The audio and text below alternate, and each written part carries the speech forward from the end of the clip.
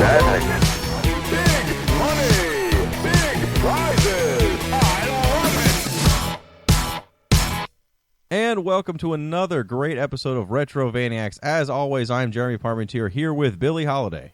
Hello there. And Jeremy Gregory. Hey there.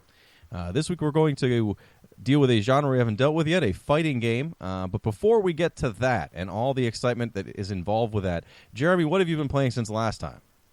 Well, my girlfriend got a PlayStation 4 not too long ago, and she that came with the Uncharted collection. And I hadn't played Uncharted probably since Uncharted 3 back on PS3. And so I downloaded that and wanted to check it out and just remember what it is about Uncharted that I like, because it's been so long since I played it, I've kind of forgot. Plus, Uncharted 4 is coming out pretty soon. And I played through the entire first game, like yesterday, and I really don't sit through games that long anymore. I mean, it's not a very long game anyway, but I played through basically the entire thing in one day, and I came out of that remembering why I like Uncharted so much. It's just so much fun, and just great character all the way through that. It's just one of those games that constantly makes you want to move forward and see what's next. But I think I'm going to keep trying to work my way through those and get ready for Uncharted 4. Yeah, the only one I played was the one on the Vita, which name I've forgotten completely, but it was the one that was made specifically for Vita. It was good. I enjoyed it very much. It reminds me of the Tomb Raider style games, much like the new Tomb Raider is essentially an Uncharted game, but it's great. I mean, I enjoyed it a lot. Yeah, if you really like that one, then play the much better games whenever you do get a PlayStation 4, because they are well worth playing through. That first one, it's got a few problems because it's just old at this point. Uncharted 2 basically fixed everything, but it's still really, really fun to play through. I like that you complain that Uncharted 1 is old on a gaming podcast revolving around games from 25 to 30 years ago. What is it? It was like 2007 when that game, 2006 when it came out. It was ancient. Oh, man. I can't even recall back. Those were simpler times. The only reason I remember is because I had just come back from living in Michigan, and it was my first experience back to a GameStop in the ghetto where I lived here in Indianapolis. And everything came flooding back as to why I stopped going to GameStop, even back then, because they were furious that I was picking something called Uncharted for the PlayStation 3 of all things, instead of Madden for the Xbox 360. And you weren't pre-buying 7 things and buying a hint guide or whatever other thing they had to push. Right. Yeah, they can't were handle it. Incredibly mad. I could not get them off my back. I was like, I'm leaving now. Just stop asking me to buy Madden. I don't want Madden. Did you at least get the insurance on the disc? I did not. I told them they could. Let me go. I just came in to buy this game. I don't want to be here anymore. Well, I'm definitely going to get a PS4 at some point soon, because Dark Souls 3 is on the horizon. There's no way I'm going to skip that. I say that. There's a lot of other factors in life that are going to determine whether or not I get a PS4. But I will probably have a PS4 when Dark Souls 3 comes out, and I will probably get the one that comes with the Uncharted collection, because I do want to play through all those. So, but since our last show, last time I talked about how I'm the guy that starts 100 role-playing games and doesn't finish any of them, or maybe eventually focuses on one and bleeds through it. So in standard fashion, I started another role-playing game, because that's what I should do. But at least it's a short one, and I would argue that it's barely a role-playing game. I did start playing that South Park Stick of Truth you had mentioned a couple weeks ago, Jeremy.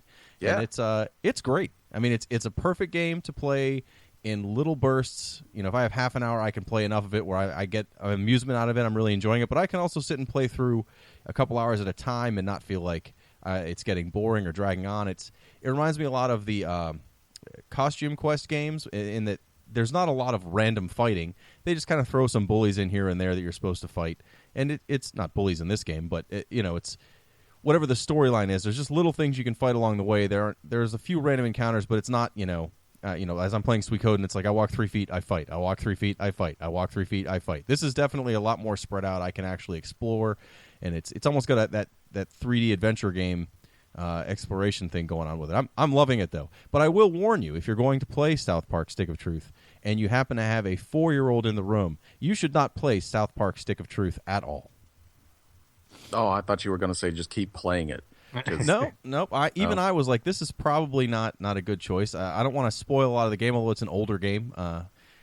But there's a part on a spaceship, and that's the part I was playing today. And I looked over, and he's just staring at it, and I was like, this isn't good. I have to explain this to him. He's going to ask what's going on. This isn't if good. they don't find out about it at home, they'll learn about it on the streets. Well, hopefully not that specific thing, but hey, you know what he's for. He won't learn it yet. He's got a couple years till he gets to elementary school. That's where you learn all about that. But yeah, I'm loving that. Just sit your 4-year-old down and look him straight in the face and explain all of it. Just straight face to him. Just let him get a good dose of life right at 4 years old. Either way, it's when I can find time to play it with no one around, it's amazing, and it's short enough. I think I'll be able to blow through it before the next show. So it was a good recommendation.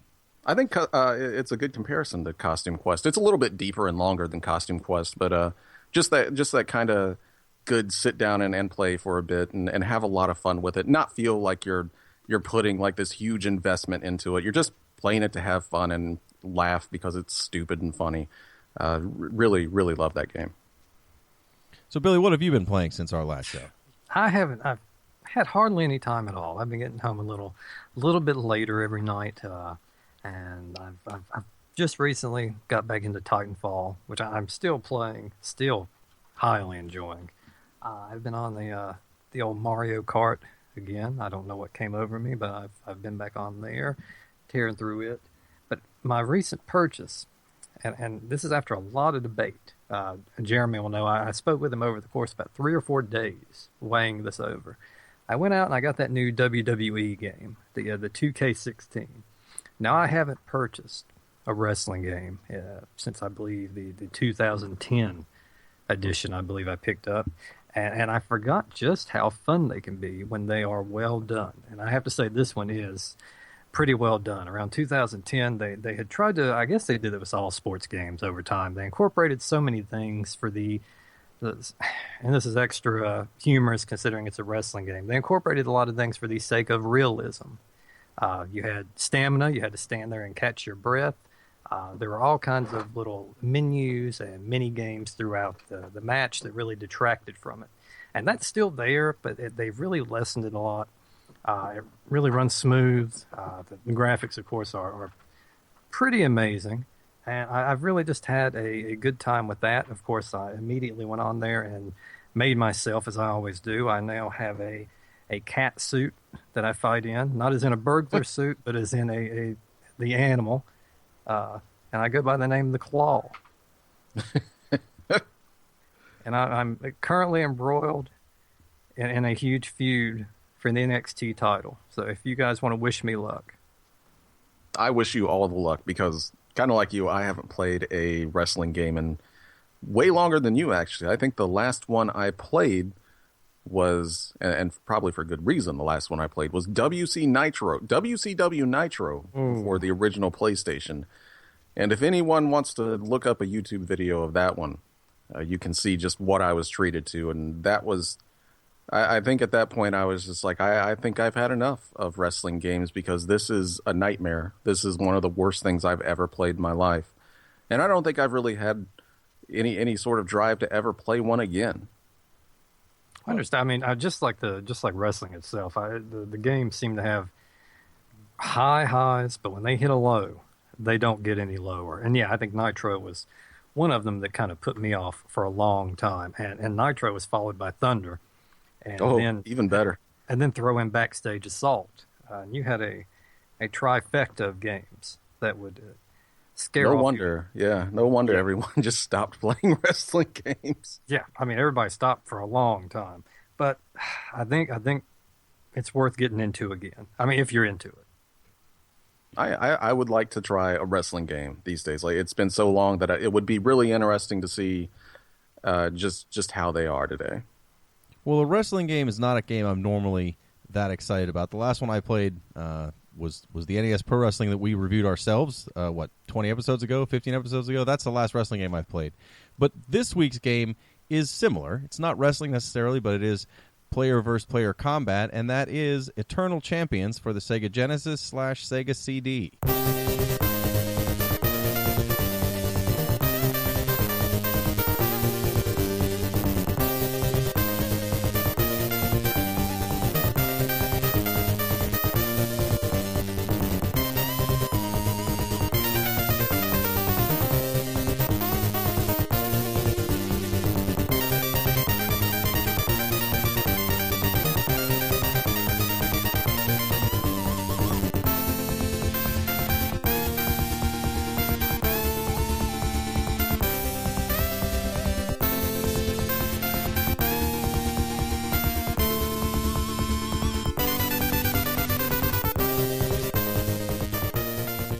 Oh yeah, this was a pick of mine. I was very excited to review this one. I hadn't played it for a while leading up to playing it for the show. But yeah, this is one I enjoyed, and back at the time this came out, and we'll discuss this more as it goes along. This was a pretty hot time for fighting games, especially on home consoles. But this was my go-to for the longest time. It was when this came out. Like it seemed like this was just one of the dozen or so fighting games that came out every single month on the Super Nintendo and Genesis. And for anything to stand out back then, you had to be pretty special. And I think at the very least, Eternal Champions stood out fairly well. Well, yeah, the 16-bit era was kind of when good two-player fighting games, or, versus fighting games, really hit home consoles. The 8-bit systems, I don't remember anything on the Nintendo that was, more than Ring King or Karate Champ or I guess Double Dragon 3. You could fight each other in the middle of the room for no reason. I mean, there wasn't really a good two-player versus fighting game on home consoles until the 16-bit era. That's when Street Fighter hit. Mortal Kombat had home versions that were really, really good. And at that time, Sega put out, unlike those other games and Primal Rage and other 16-bit fighters, Eternal Champions was a game made by Sega for their consoles. It was not an arcade port. It took some of the best ideas from the other 16-bit games. It has, what are they called? Not area fatalities, but... Stage fatalities? Yeah, like stage fatalities, like Mortal Kombat. It plays very similar to a Street Fighter in that it's a 2D one-on-one fighting game with some series of special moves and the strong, medium, hard punches. It stands out because it has a good roster, but for me personally, and that means this episode is going to be really, really solid and filled with me, I'm not good at fighting games. There is not a series of games that I'm worse at than 2D fighters, especially the 16-bit era 2D fighters. So my experience for the last 2 weeks getting ready for this game has been pure frustration. No, we would all anything that may end in Jeremy P having some kind of emotional breakdown is fine. When did this begin? I mean, for the 2D fighting, I've just never been good at it. I mean, when Street Fighter 2 came out in arcades, I was at the beach that summer with my family, and there was an arcade right next door to where we stayed, and I must have watched people play it. I mean, far more than actually playing it, because I'd get on to play it, and that's when people were lining up to play each other. So I'd play for approximately 20 seconds, if I'm lucky, and then that was my 50 cents, and then I would watch other people play and look really impressive. I loved the idea. I thought it looked amazing. And then as soon as it came to home consoles, it just never clicked with me. I don't know if it's that it requires some fairly precise timing and patience, which are both things I don't have. But I've never been good at 2D fighters. I didn't start getting good in any way at fighters until the PlayStation era with Tekken and like Toshinden and some of those 3D fighting games that are probably not very good. But for some reason, in a 3D arena, it makes sense. In 2D arenas, I just straight up stink. Well, yeah, I mean, I can see if you weren't skilled at any of the other ones, it's not going to be any different on this one, because I think one of the first things I realized that I had completely forgotten was the difficulty on this thing. There is a difficulty curve to this thing, and if you try to get on there and you try to play on anything but the easiest level, you're probably not going to get too far at all. And even on the easy level, you'll find a pretty solid challenge. Oh yeah, I mean, I tried just doing like the training mode, which I have to say has a pretty robust training mode for a fighter. But even in the training mode, I'd put them down, the opponents down at like the lowest setting, and yeah, I could win a match if I just did a bunch of strong punches and kicks. But I could never pull any good moves off on purpose. I definitely pulled some off by accident. But I'm going to blame, I'm playing this on an emulator for this purpose. I'm going to blame poor emulation. The game must be much tighter. On the actual Genesis, I remember I was still working at Electronics Boutique when this came out, and I played it there, and I remember that it was not nearly as frustrating at that time as it is for me now, but that's also probably because I was playing against other people, and not a computer that just starts the game by punching you directly in the face. Yeah, well, I wouldn't blame the emulator quite yet, because I had started playing on an emulator just I own it, but out of just pure laziness, and I think I was talking to Jeremy Gregory, and I said, I just don't recall this game moving so slow. I mean, we're not talking like molasses slow, but it's pretty slow moving game. And I thought maybe it's the emulator. So I hooked it up, and I actually tried the the actual game out. And no, that's just the pace that it keeps. But I mean, he kind of reminded me, think Street Fighter 2, and that's the similar pace. And I think my problem is fighting games just really don't have that pace to them anymore. They're much, much faster pace. I mean, and I've been playing recently fighting games. I've been playing Killer Instinct on the Xbox One, which is, if a regular fighting game did 10 lines of code, it's sped up incredibly. So yeah, going back to this, I think maybe not the emulator, but maybe just this is a style of fighting game that has long since passed and hasn't really been around.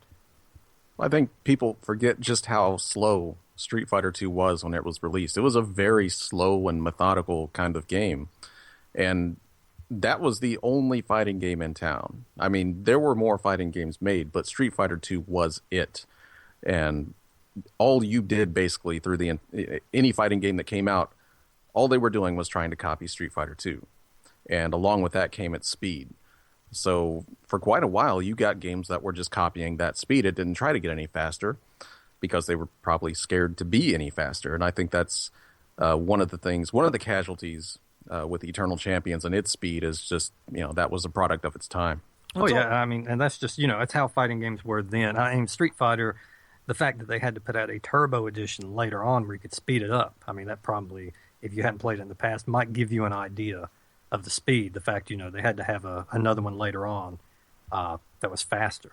But yeah, I mean, this game could have easily kind of just gotten lost in the shuffle. Because, yeah, I mean, on the Super Nintendo, I could go in the video store and leave with a different fighting game, almost every time. They were cranking them out left and right. But this one I thought had a really good story to it, actually. And stories in fighting games, they're always kind of hit or miss. And I like a little bit of story to it. I don't care for, all these guys are in a tournament. Everybody wants to win. They're going to fight. It's just, it's never really been enough for me. So I wasn't really big on Street Fighter 2 when it first came around, and I thought that was all there was to it. But then you learn a little more backstory. This guy's in here because he wants revenge on this guy, or she's in it because she wants revenge on this guy, and etc. And the story really draws me in and causes me to, kind of spend more time getting better with each character so I can unlock more of their story, see their ending and whatnot. And Eternal Champions, I think, as far as a fighting game goes, had a pretty great story to it. I think Eternal Champions itself thinks it has a very good story because when you start talking about the CD version, which we'll get into, that thing opens up with a 6-minute long full motion video just explaining the story and the characters and stuff. And then after that, another 3 or 4 minutes of text crawl explaining the story more. It's kind of ridiculous just how much story this game has. It's I guess there wasn't really anything else like it back then that I could remember that had this much story devoted to a fighting game. Yeah, to a fighting game. But the Sega Genesis version kind of can condense the story down. I guess the overall gist, in case you're not immediately going to rush out and play it, is the Eternal Champion is, I guess at best, a godlike figure that kind of watches over humanity. And he's foreseen that humanity is destined for some great end, some big cataclysm. And the solution to fixing this is going throughout the ages and picking out individuals that were killed before their time, who, if they would have lived, would have gone on to do some great thing, whether it's cure diseases or stop I think for one, it's stop organized crime. All kinds of things along those lines. And he brings them all into this tournament, and the winner of the tournament gets to go back to their life right before the moment they're killed to avoid it and go on to do whatever grand design there was in place for them. So what you're saying is that Eternal Champions is actually the prequel to War Gods. Perhaps so.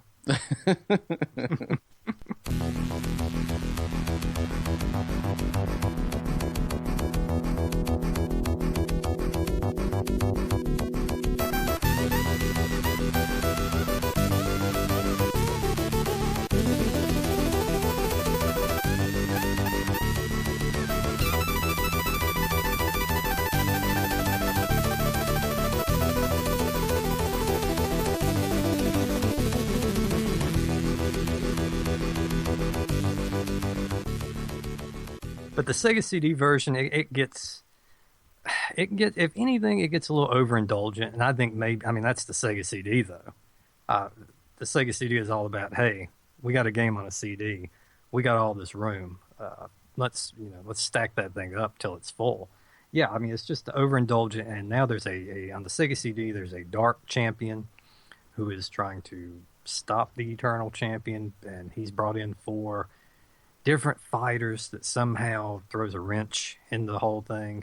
The Sega CD version is a lot harder to follow the overall story of it, but yeah, but along with the overinflated story, there are a lot of other great extras on the Sega CD version, which I think more of as an expansion than really a sequel. You get a lot more characters, the music much better. They've added a lot more kills, which we will get around to, and yeah, a lot more cinematics, which definitely show their age now, but at the time you had to be impressed.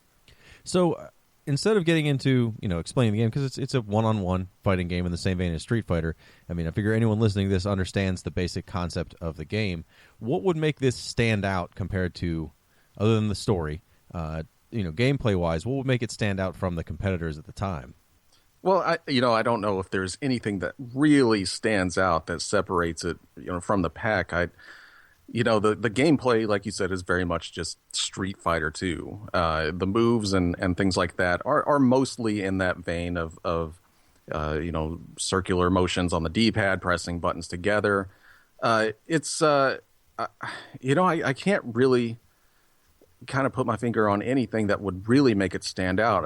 The graphics and sound are amazing for a Genesis game. And the fact that this was only on the Genesis is also something that's pretty unique, because Nintendo obviously didn't try to make their own fighting game. Well, like, Killer Instinct, but that was later on down the road, way later on down the road. But the fact that this came from Genesis and from Sega and was only on the Genesis was pretty unique for the time, and seemed kind of crazy when it came out. Yeah, and as far as gameplay mechanics, there are a few things, and I couldn't tell you if maybe this existed before. This was just my first encounter with it. You could not only block projectiles, but you could deflect them. You could send them back at your opponent. I hadn't seen anything like that at that point in time. And also this is the first game where I became conscious of juggling your opponent. It's the first game maybe Street Fighter had it, but it's the first time I really tried to utilize that strategy. And also just the sheer number of special moves each character has. And there are some the kills in this game that you can perform when your opponent, not when the health bar is empty. There's not you empty out the health bar and the opponent kind of stands there in a daze while you input the move. You've got to pull this move off when you have a full, along with your health, you also have another kind of spirit bar. You have to pull this off when you have a pretty substantial amount of that bar, and when they're at low health, you can pull it off. There are also moves a couple of finishing moves with the environment. One of which, if you can land a finishing move in a particular spot or send them flying to where they landed a particular spot, there'll be an animation. And there are some you can pull off pretty early on in the match. We're talking when the opponent's maybe mid-health, which if you ever get hit by one of those, it's probably the most enraging experience you can have. It's really weird because when I first rented Eternal Champions, which was how I first played it, the game didn't really go out of its way to say that it had fatalities. Yeah. I think on the back of the box it might have had a picture or something, about finishing moves or some stupid shit. But actually playing the one on the Genesis, pulling off those moves, especially the stage fatalities, they were for me. I don't know. Maybe I just wasn't very good at them. But they were really, really hard. Especially those stage fatalities where you had to almost be pixel perfect in the right spot to get those things to pull off. And even the fatalities, this was definitely, they were trying to ape the whole Mortal Kombat thing, but even those seemed like you had to be deadly accurate to get those things to work. And I don't think I ever pulled off a fatality in this game. There are a few I could get consistently, but we're talking ones where you had to back the opponent all the way up against the far side of the screen. So, easy things like that. But as far as ones where you kind of had to judge, all right, if I hit this guy, with this strength of blow, whether you have the standard, have you kind of your light, your medium, your heavy. If I hit him with this, will it knock him far enough to where he lands in this spot? And I mean, that's easier said than done when you have another human competitor, or you have the computer who is just relentless, coming for you. And a lot of times that's how I died, or how I lost in this game, is I was trying to, just see the different kills and try to line them up. Also in this game, this is another kind of innovation at the time. There are, and once again, the overindulgence of the Sega CD comes out. There are Cinekills. These are kills where, and if I recall, I was only able to pull this off with one character, because this character had a combo that was very easy to spam, because you had to get, I'm thinking maybe a 10 to 12, maybe more hit combo, and there are certain button inputs you had to put in. It's all very complex to get this like brief 10-second scene where the character is teleported to the Dark Champion, who proceeds to kill them in some form or fashion. These are rendered in a full animated scene, which was impressive at the time. But like I said, I only had one character out of the 20-some in the game I could pull it off with. And also the roster. This is one game where it became pretty commonplace after to have a massive amount of unlockable characters. So this game, we're talking maybe 8 to 10 unlockable characters throughout the game. Most of them are throwaways in there. They're animals. You got a monkey in there, you got a snake, you got a chicken. But it's certainly one of the first games to kind of do that. The whole, kind of really ridiculous unlockable characters. They have really no point. They assume by the time you get those, you've done pretty much everything else there is to do. Now, that's on the Sega CD version of the game, right? Yes. Yeah, I didn't see any. Not that I would have gotten very good at getting the secret characters, but just doing some research, I didn't find any hidden characters on the Genesis version. And to really answer your question, what made this stand out more is I don't think it really stood out a lot, since only about maybe 30 people ever played it, because it just wasn't, in the grand scheme of things, a very popular fighting game. I think the one big thing that made it stand out was that it was a fairly competent fighting game. And in a sea of clones and bad Street Fighter games, it was something special to sit down and play a game that seemed like it was actually kind of trying to do its own thing, not copy, taking the best of other things, but making it work in their own game. And that was one of the things that really stood out to me when I did play it as a kid. I was like, this kind of seems like, maybe if more work was put into this, it could maybe stand on its own. And a lot of those other fighting games at the time just could not at all.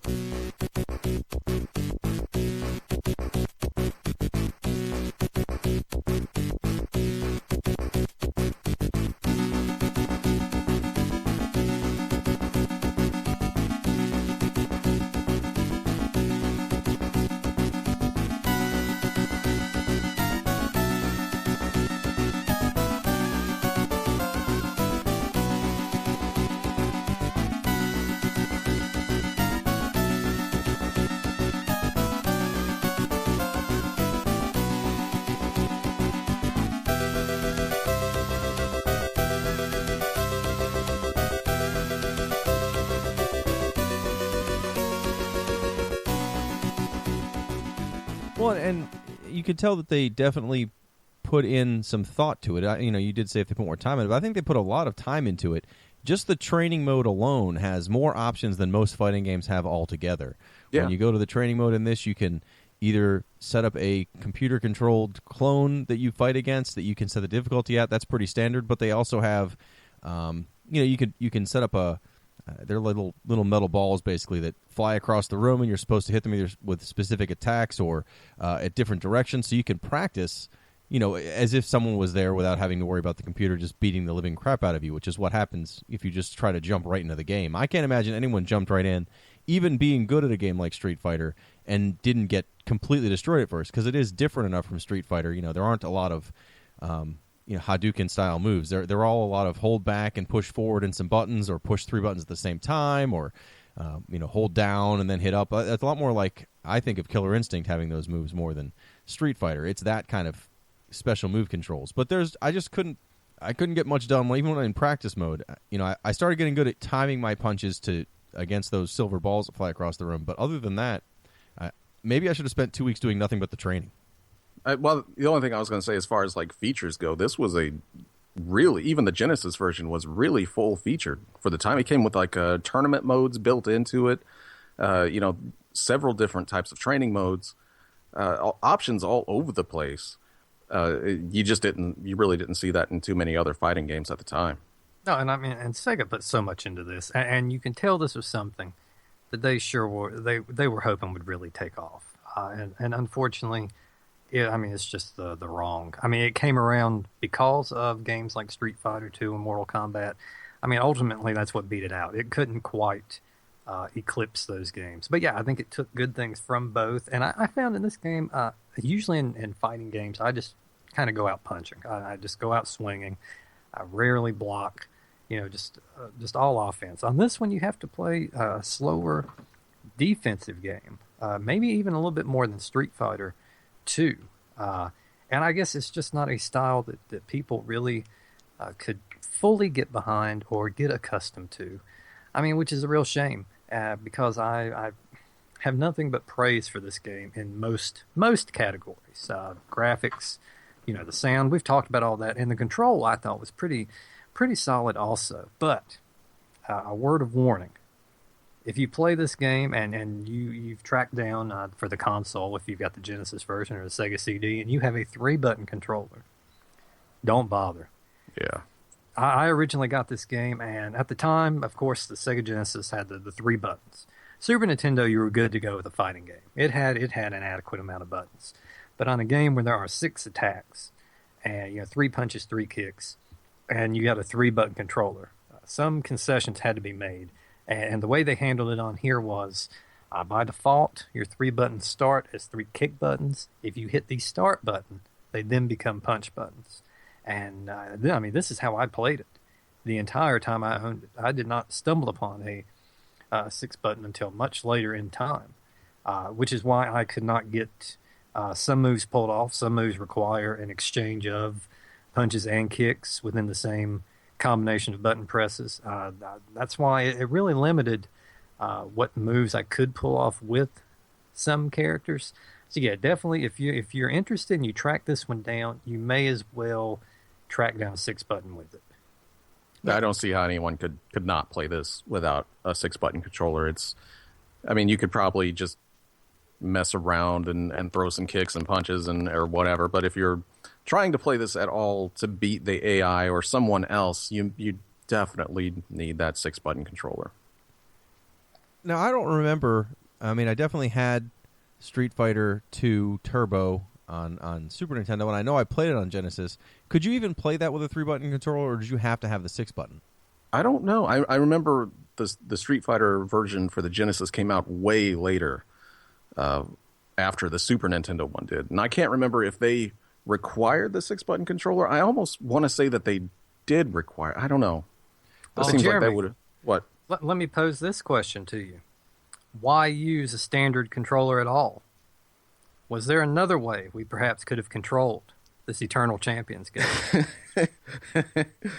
I'm glad someone brought this up. First of all, we want to say congratulations. You have in your possession the Sega Activator, the ultimate full-body game controller. Feel free to consider yourself a pioneer on the interactive frontier. Okay, I will. Gotta go. But yes, you could have. Besides the standard 3-button controller and the 6-button controller, when Eternal Champions came out, it was advertised with the Sega Activator. So if anyone knows what that or doesn't know what that is, it is a this crazy octagonal or whatever thing that lays on the ground, and it has some infrared beams that shoot up out of each angle, I guess, that's laying on the floor. So I guess how many angles would that be? It would match. It would have to be just as many as the Genesis controller. So the way this was advertised to us was just a bunch of this stupid kid on the commercial doing like karate and shit on the Activator, and they would show the screen of Eternal Champions, and the people would totally be doing the moves and stuff. And that's not how it works. It was actually you were just pushing your hand out in a certain direction to break that beam to press a button, basically. And that was there. I mean, obviously, it's impossible to play anything with it. Required any sort of finesse, and I can't even imagine anyone trying to play Eternal Champions with that mess of a controller. You know, I never got around to it.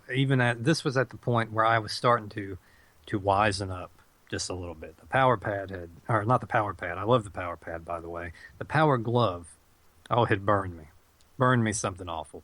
And after weeks of trying to use that thing, trying to make the best of it, trying to duct tape that sensor bar to my television so it would actually stay on, I just gave up on it. And I started using the power glove. I just started using the controller that was built into it. So when these other gimmicks came along, I just couldn't get into them. But part of me deep down wondered how well that would work. And I mean, and there was no way of knowing. I didn't know anybody who purchased this thing, and it wouldn't be until I saw videos on YouTube years later, and we missed out on that one. But we missed out on a time. We did.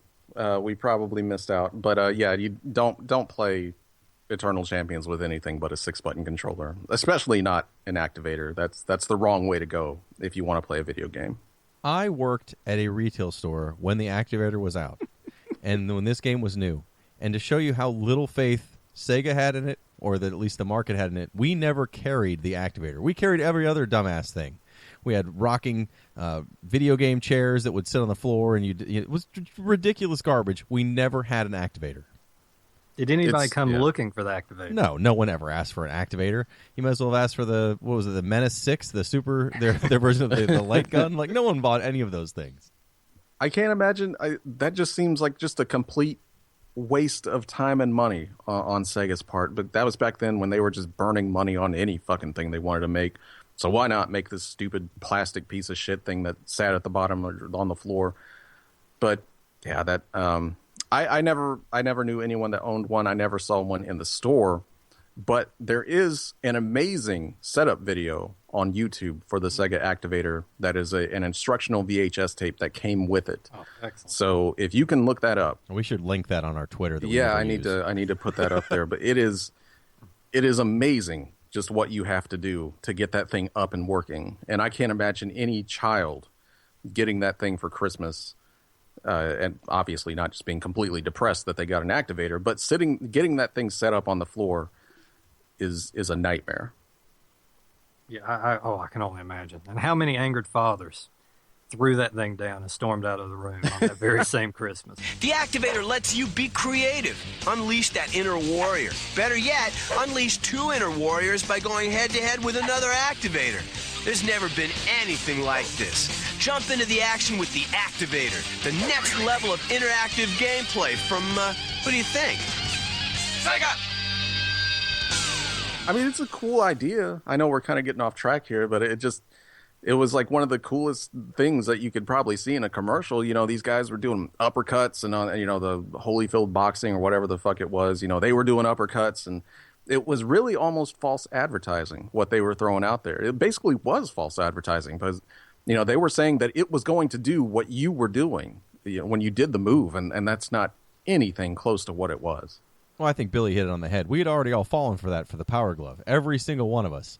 Yeah. We were all like, oh, the Power Glove's amazing. And I had one, and it was like, oh, you can play Mike Tyson's Punch-Out. And then you play it one time, you're like, oh, this was a horrible disaster. What was I thinking? I only have one arm in this thing anyway. How am I supposed to play a boxing game?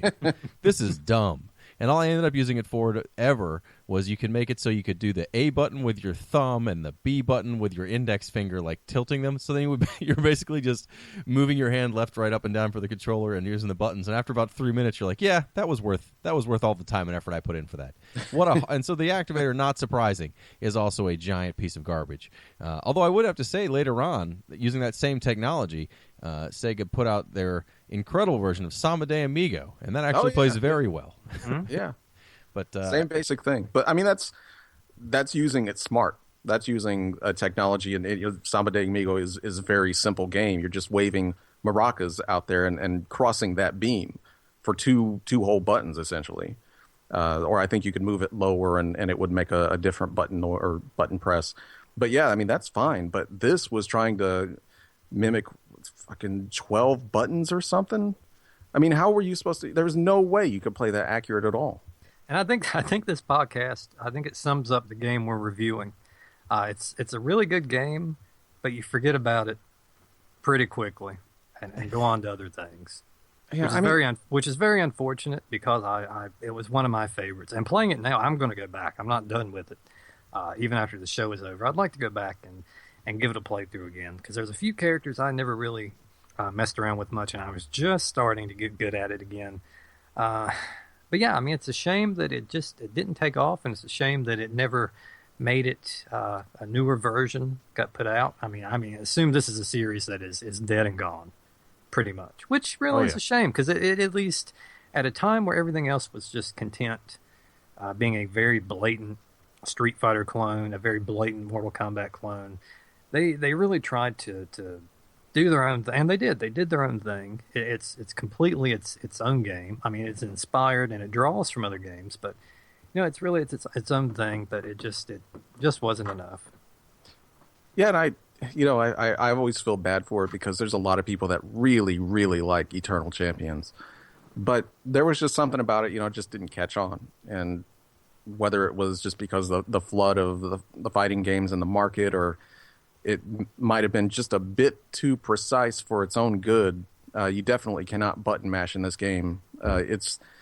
It just never really caught on. And it sucks because it seems like Sega the people that made this game really had fun making it. And there's just so many little things, little details, and how good it looks. The animation's great. The soundtrack is awesome on both the Genesis and the Sega CD.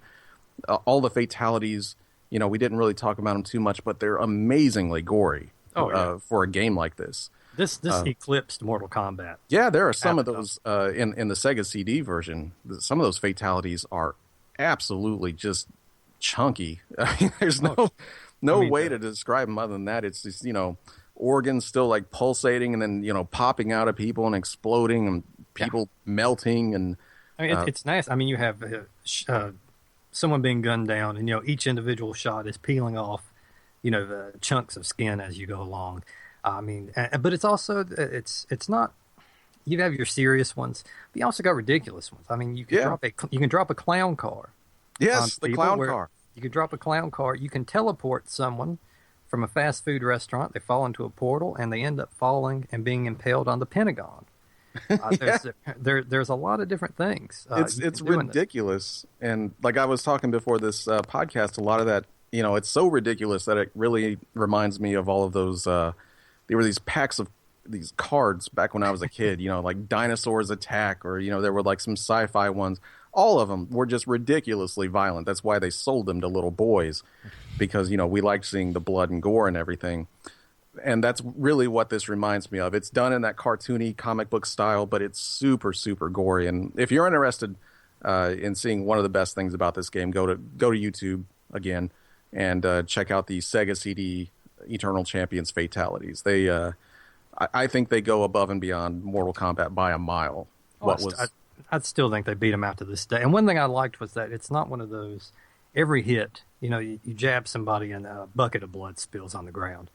During the fight, I mean, you're not going to see a lot of blood. They reserved it all for the end, which I thought makes it more impactful when it happens. Because, I mean, on Mortal Kombat, by the time that finisher comes out, I mean, you've already seen more than enough gore. But on this, it's a very sudden.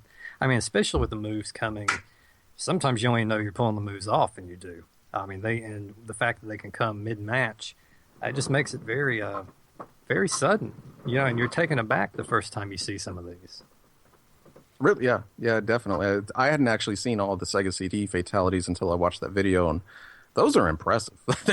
They are pretty nasty for a Sega CD game, a fighting game released at that time. That was really something to watch through. Definitely recommend checking that out. But yeah, I don't know. Eternal Champions it's cool. It's one of the better 16-bit fighting games, and I think it just got swallowed up by Street Fighter and Mortal Kombat, because unless you got something really special, and I think only Killer Instinct came close to getting to where Mortal Kombat and Street Fighter 2 were, you better damn well bring one hell of a something or gimmick, trick, or whatever with the game, because there was no standing with those two games. No, there wasn't. But I do have to say, though, if you're a fan of 16-bit fighters, definitely you are doing yourself a disservice if you don't go back and have a look at this one.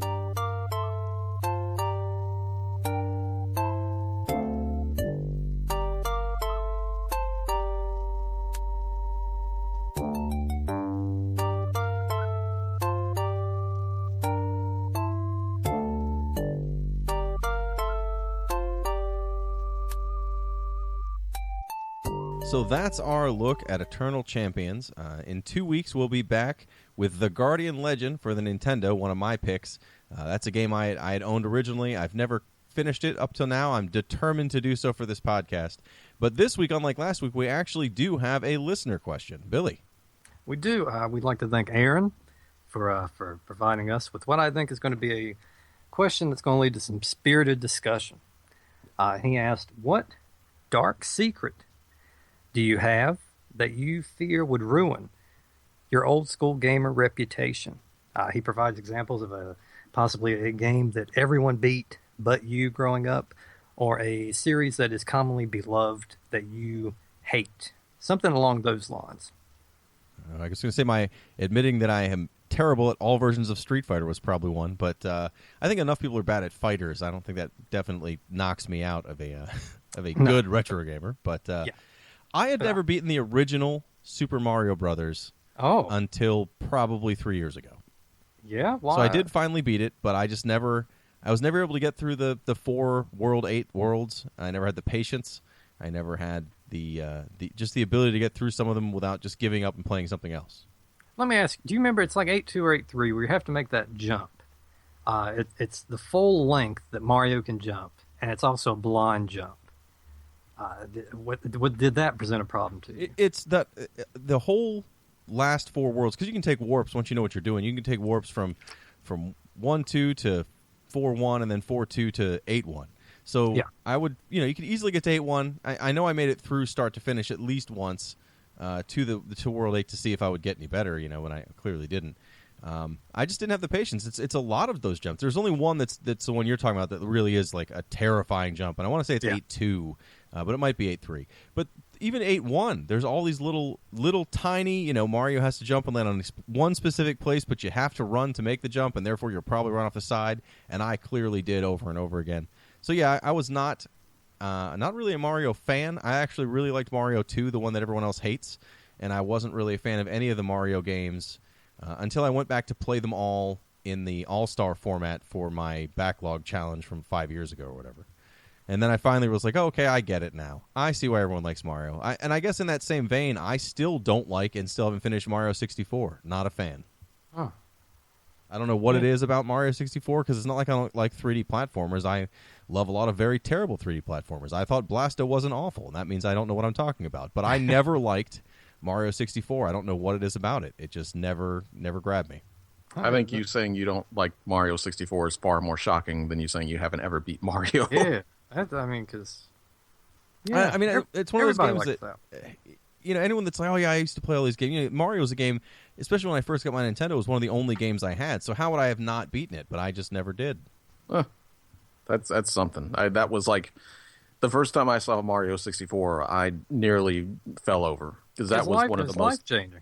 Yeah, it was. You never saw anything like that. It was amazing. That you bought the Nintendo 64 to play Mario 64 because it was just amazing to look at and play. And I don't think I've ever heard anyone just kind of be like, I don't know. I'm the guy who bought it tonight. I'm the guy who bought my Nintendo 64 to play Pilot Wing 64. So. And that's not even a joke. That's honestly why I bought it. You think you know somebody. Yeah, I know. Okay, well, fine. You guys. What is your guys? Or was that it? That's the end of the show. See you guys next week. I don't know if we can go on. But actually, when I grew up, we grew up with an Atari and a Coleco. And, then the NES came around not too long after that. And I played around on the Atari a lot growing up. But I have to say, and I brought this up just a couple times, and it's always met with a very volatile response. I really just have what is bordering on just a dislike, or at most a grand disinterest for Atari games, Coleco, pretty much anything before the NES. Save just a couple of games here and there. I just don't care for it. I don't care for the Atari. I don't care for a lot of those supposed classic arcade games. And I just never have. The Atari for me was like, it's like my He-Man figures. I picked it up, I played with it for 5-10 minutes, and then I went on to the next thing. It wasn't until the NES that I really sat down and appreciated what I was playing and sat down at length and pretty much got hooked. I mean, that I can kind of see. I know when we brought it up originally, I considered never speaking to you again and dropping off this podcast. But the more I thought about it, the NES was a major game changer. I mean, the first time I played The Legend of Zelda was it was one of those things where it was like you could feel like, oh, this changes everything that I know. Like, this is mind blowing. I don't understand everything this game is doing, and that's when after you've played at this point in time in 2016. It seems ridiculous to say that Zelda's that involved, but compared to the other games I'd played at the time that were supposed to be adventure games, like that was mind blowing. So I can see that, especially if you only had a few games on the Atari, and Atari especially was kind of the three major pre-NES systems. I know there was the Odyssey and all these other things, but really it was Atari, Intellivision, ColecoVision were the big three, and all of those had. Unless you were a big fan of arcade-style games like Pac-Man or Defender or any of those, then those games were much simpler, and the Atari especially was probably like a 90% bad rate. Yeah, and as a part two for that, I don't like Pac-Man. I don't like Pac-Man. I don't like Miss Pac-Man. I don't care for Pac-Man Jr., but I sure do love Pac-Land. Okay, shut hold on. This podcast down. This is worse than me saying I don't care for Mario 64.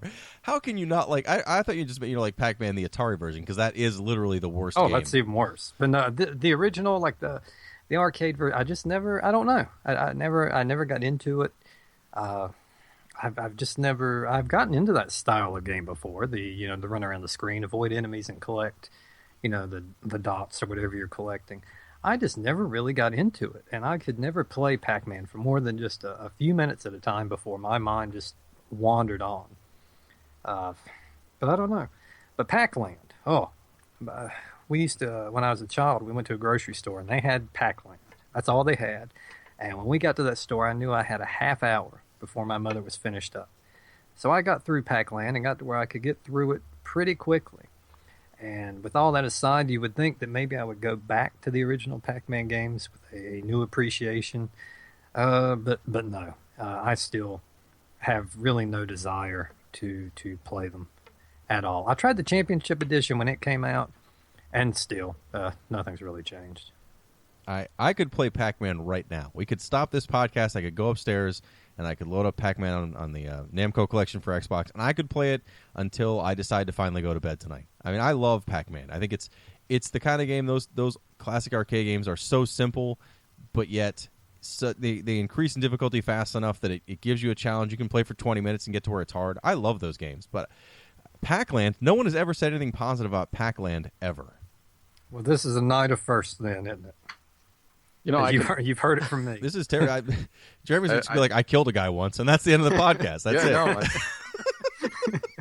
I mean, I can get behind you with the Atari stuff, because I was much the same way. Because I was born in '79, so up until the NES, I really just kind of thought like of Atari games as toys. They were just little things you could sit down and play with for a few minutes, and that was it. But like the Nintendo was the first time I ever thought of video games as like an actual experience that you could have. With a story and a game that was longer than 5 minutes and had more to it. And that was when I really, really started liking video games. So yeah, I can totally understand that stuff. But Pac-Man, you just went over the edge on that one. I cannot get behind that one. I'm sorry, you have to take me for what I am. I guess so. So we are now trying new tryouts for the podcast, starting next podcast. Must like Pac-Man. Must like Pac-Man. Must like Mario 64. Jeremy Gregory and two other dudes. You guys are going to be dreading that. You're going to regret that when you want to do that Pac-Land episode.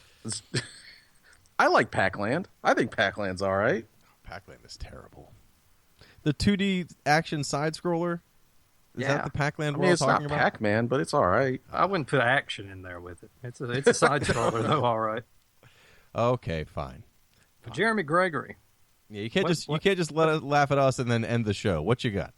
Well, I think I've already mentioned a couple of things in previous podcasts that would probably qualify for this. My suggestion that the original Gex was arguably a good game brought me much ire from people I know. And also, I think I've mentioned before that my favorite Mega Man is Mega Man 8, and that every other Mega Man except Mega Man 2 was kind of awful, and I don't like any of them. That one usually makes people kind of want to die when they're talking to me, or instantly just leave or stop talking to me. Like, it'd be one thing if you said you hated all Mega Man, but to then say, yeah, 2 and 8, those are the good ones. Like that. 2 and 8 were the good Mega Man games. Everything else. What about 3? No, I don't like 3. I mean, again, 8 was fine, but it was definitely like it wasn't a good one by any means. And 2 is always regarded as it was the first big Mega Man. The first Mega Man kind of came out, no one knew what it was, and it's fine on its own. But 2 really was like, it got the full treatment by Nintendo Power. Everybody loved Mega Man 2. I can't say you're wrong there, but 8? I think I liked Mega Man 2 because I hated Mega Man 1 so much. And I first played Mega Man 1 at my cousin's house in Kentucky or wherever I was, and everyone was going crazy about this Mega Man craze. And I played it, and it's like, oh my God, this is not good. I mean, I was a kid, that's my excuse, I guess. I could probably go back to them now and enjoy them. But back then, I thought Mega Man 1 was terrible. But then I rented Mega Man 2, and it was much, much better. I loved Mega Man 2. And everything after that was just kind of the same thing over and over and over and over again. And I don't think I ever got any interest in a Mega Man until Mega Man 8, where it looked significantly better. That was one thing that actually held my attention. Just the art style and everything about it, and those awful cutscenes. I remember far more about Mega Man 8 than I remember anything about all the other Mega Mans combined, including the Mega Man X games. Ooh. But that's not even the one that I was going to say for this one, even though I know you guys are ready to just end it now. Mega Man 8! How could you do it? How could you do it? Okay, well, what is worse than that? Dr. Wowie. It was, I have never beat a Zelda game in my entire life. Hey, now. I've never beat none of them. I've played, I think, every single Zelda game ever, but I've never, ever beat a Zelda game. What happens to you? Every single time, I get really excited to play it. I start playing it. I'm just like, this is amazing. I love Zelda. This is great.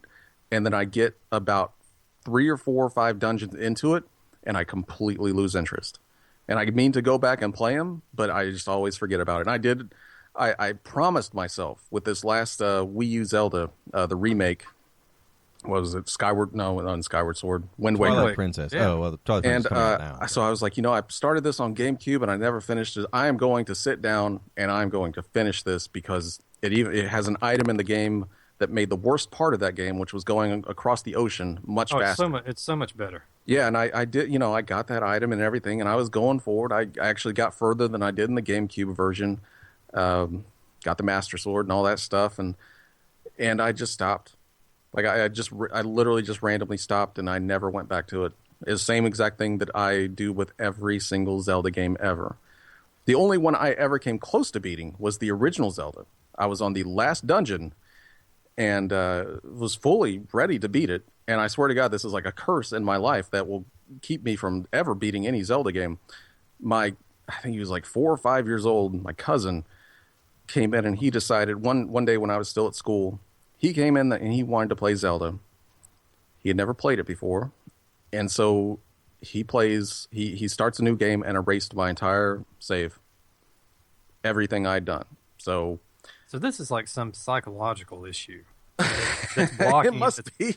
That's blocking you from I literally just get to a certain point, and I completely lose interest. It's not just like a sudden, a slow drop off or something. I'm just like, yeah, Zelda, yeah, I'm gonna keep doing this, and I'm just like, whatever. What else is out right now? I don't know. Is there any chance you're trying to prevent yourself from being hurt again? It's possible. I never have to say that felt the post game depression of stopping to play a game that I loved that I've had with other things. So I don't know. I've just had one long continuous Zelda timeline that has never ended. Do you look up like the ending? Do you see what you're missing? No, out I don't on? think Or I know. I don't think I know the ending to any of them. that much a lack of interest. Just it's gone. I mean, the story of Zelda has never caught my attention other than like the timeline, because that's always kind of interested me. But as far as like the story and what's going on, it's kind of the same thing to me. Link's going around getting the Triforce, and Zelda's involved somehow, and at the end they get the Triforce and beat Ganon, and that's Zelda. So did I just not describe every single Zelda in the ending for all of them? That's Zelda. That's Yeah, Zelda. pretty much. Maybe Start to it's- finish. maybe except All right, maybe I except didn't for miss that anything second. then. Maybe that second one's a little bit different. Well, I can understand if you said you never beat the second one, because that one's pure garbage. But I did finish it to prove that I could do so. I do have a question, though. Does that mean when we played Golden Axe Warrior, that's the farthest you've gotten into a Zelda before? No, that one actually I lost interest in far faster than the other ones, because that one was the same fucking thing over and over again, and it was literally just playing Zelda for NES. And at some point, I was like, I could just be playing Zelda for NES and play the better game than this one. But no, I did not. I've made it further. I think Zelda 64, I made it fairly far into, and the original Zelda. And those are the two that I have went furthest in. I couldn't even get past the first dungeon in Skyward Sword because I hate motion controls. I'd say a modern Zelda, you can. I mean, I enjoy them, but I could see maybe not being into them as much. Everything after, even starting with Ocarina of Time. I mean, I love Ocarina of Time, but I can see how people might be like, yeah, I love Zelda 1, and I like the Super Nintendo Zelda, and then I lost interest. I could see that, but not liking the original and the Super Nintendo version.